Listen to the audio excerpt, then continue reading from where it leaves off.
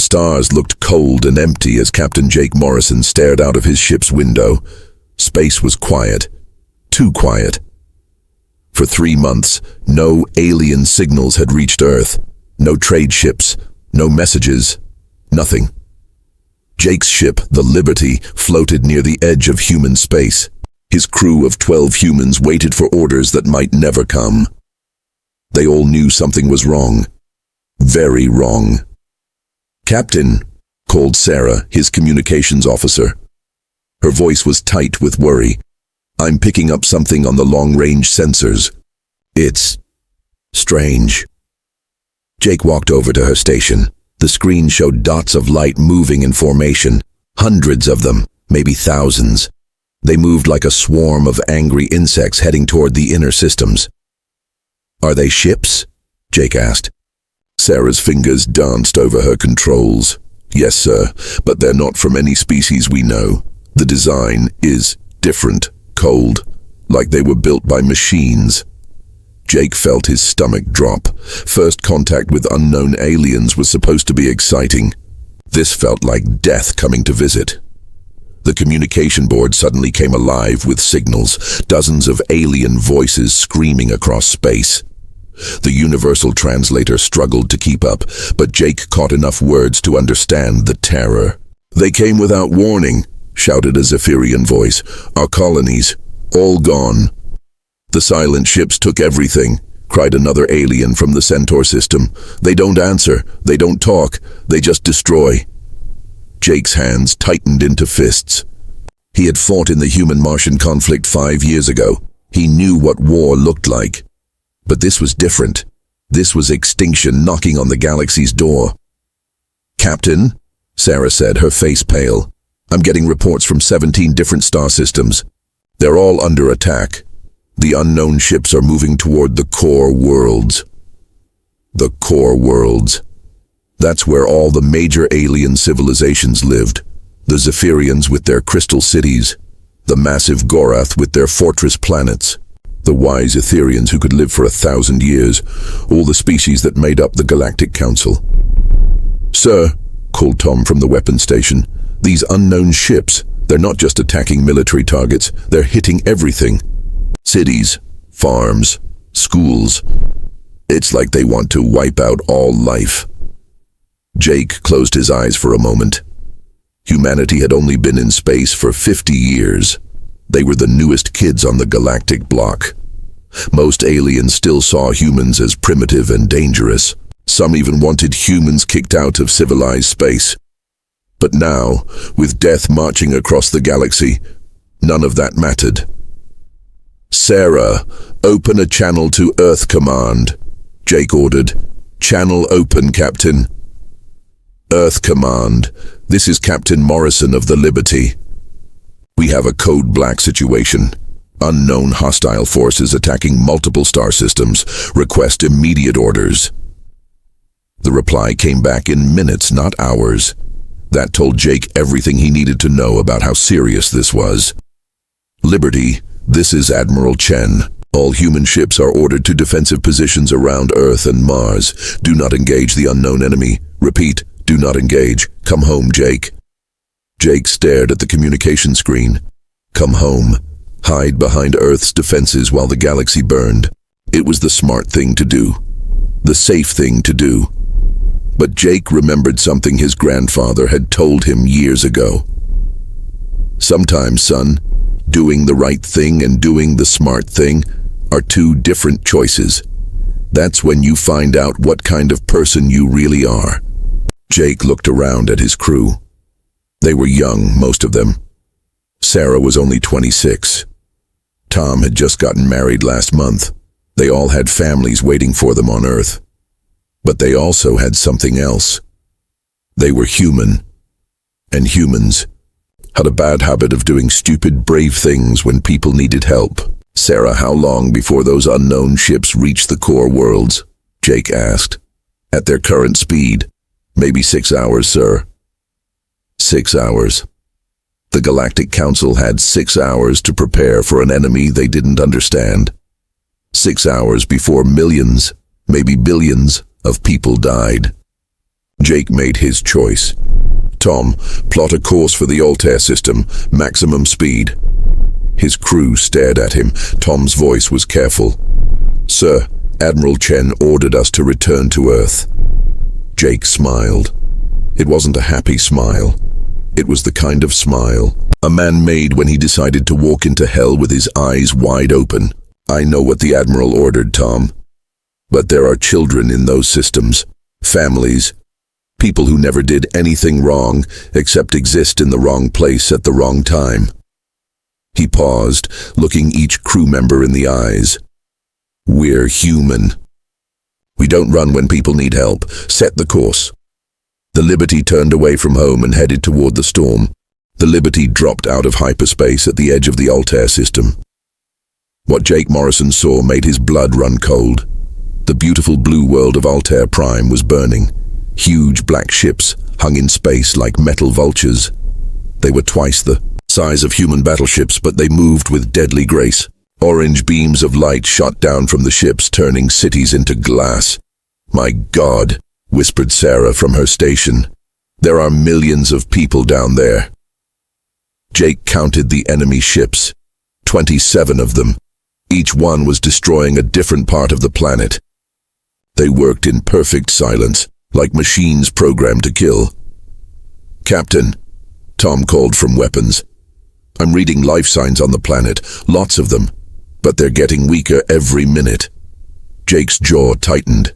The Altarians were bird-like people who had never hurt anyone. They were farmers and artists. Their children sang songs that could make grown humans cry. Now they were dying while the galaxy watched. Any response from the planet?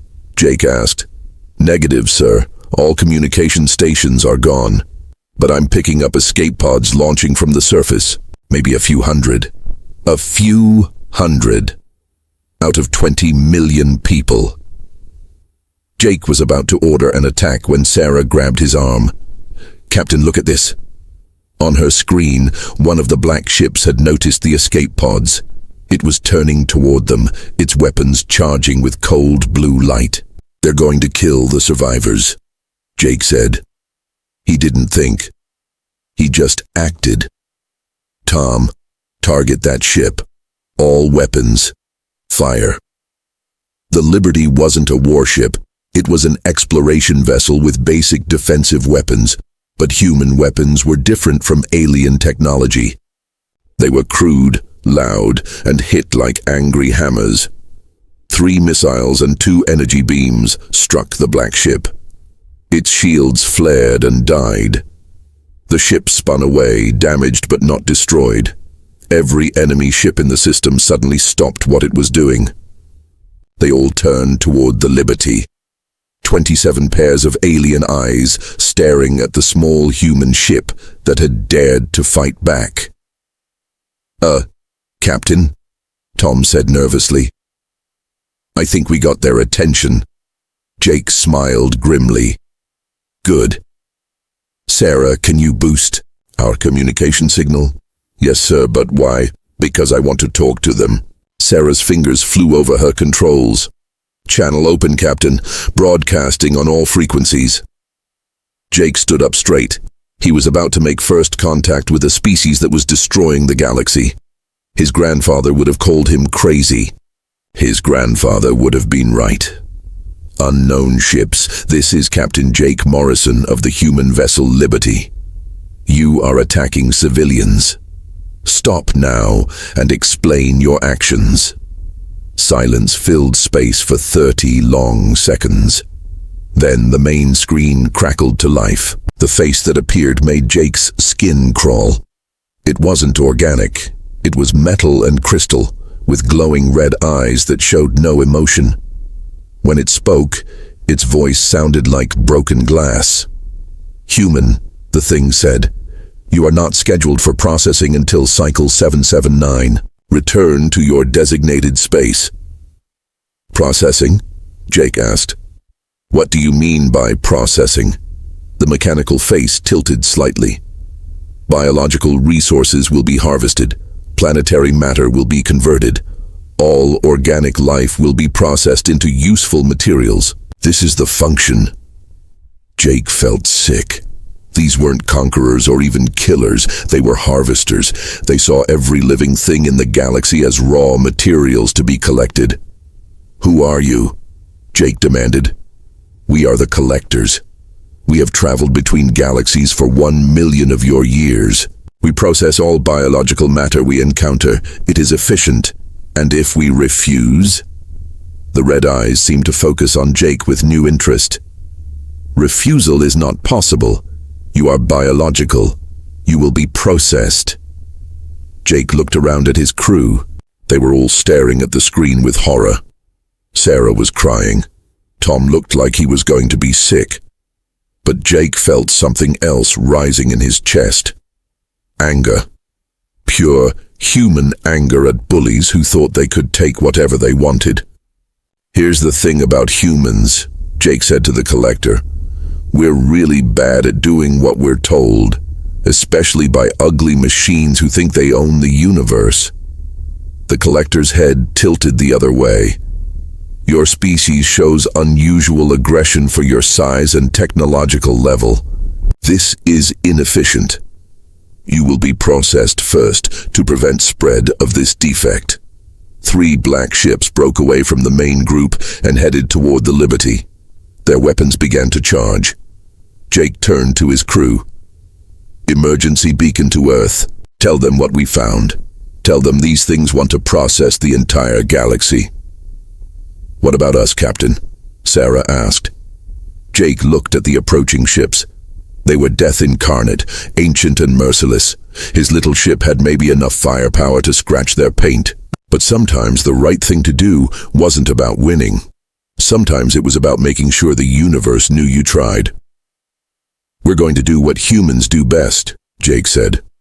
"We're going to be unreasonable." The Liberty charged toward the 3 collector ships, all weapons firing. Behind them, the escape pods from Altair Prime flew toward safety, carrying the last survivors of a dying world. The survivors would remember that when everyone else fled, one human ship had stayed to fight. The first collector ship's beam missed the Liberty by 3 meters. Jake Morrison felt the heat through the hull as his ship rolled away from certain death. "Return fire!" Jake shouted. Tom's fingers hammered the weapons controls. 2 missiles streaked toward the nearest collector ship. They hit its black hull and exploded in bright orange flowers. The ship barely slowed down. "Our weapons are like throwing rocks at a tank," Tom said, sweat running down his face. Jake watched the 3 collector ships spread out to surround them. They moved with cold precision like wolves circling prey. Their weapons charged again with that deadly blue light. "Sarah, did our message get through to Earth?" Jake asked. "Yes, Captain. But help is 20 hours away. We're on our own. 20 hours. Jake's ship might last 20 minutes against these monsters." But then something unexpected happened. The collector ships stopped firing. Their leader's face appeared on the main screen again. Those glowing red eyes stared at Jake with what might have been curiosity. "Human vessel," the mechanical voice said. "Your actions are illogical. You cannot win this engagement. Your weapons are primitive. Your ship is small. Why do you continue to fight?" Jake almost laughed. Here he was about to die in the middle of space, and the galaxy's most dangerous enemy wanted to chat. "You really don't understand, do you?" Jake said. "Explain." Jake looked around at his crew. Sarah was manning communications, trying to coordinate the escape pods. Tom was checking weapons that couldn't really hurt their enemies.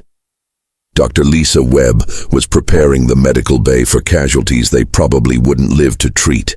They were all terrified, but they were still doing their jobs. "We fight because someone has to," Jake said. "Those people on the planet never hurt you.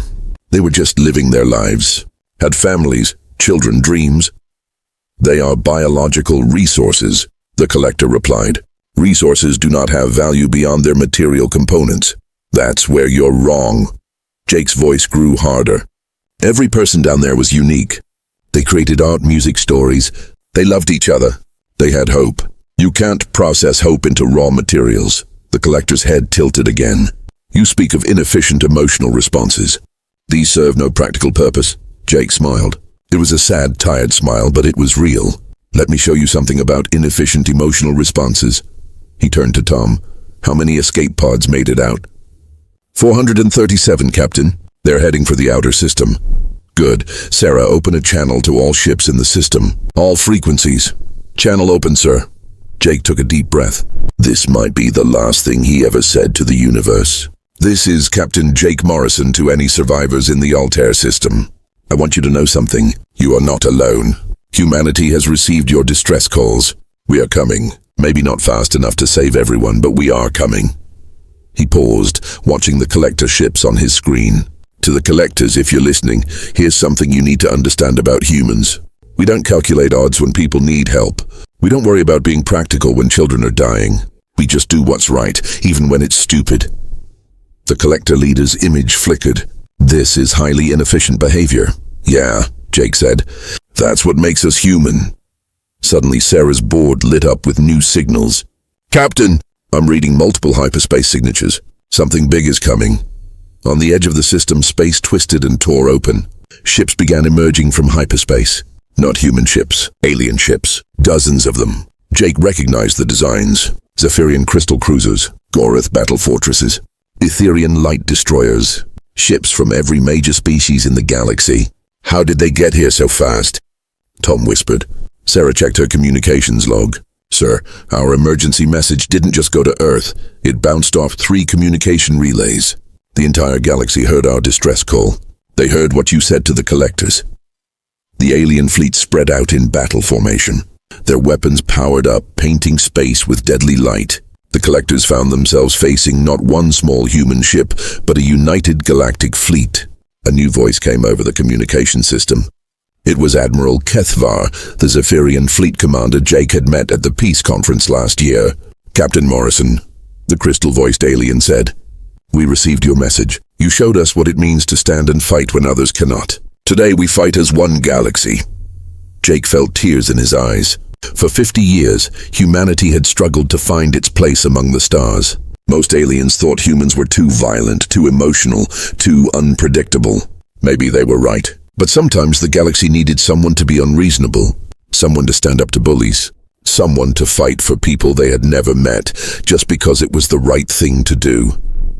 The collector leader's face appeared one last time on Jake's screen.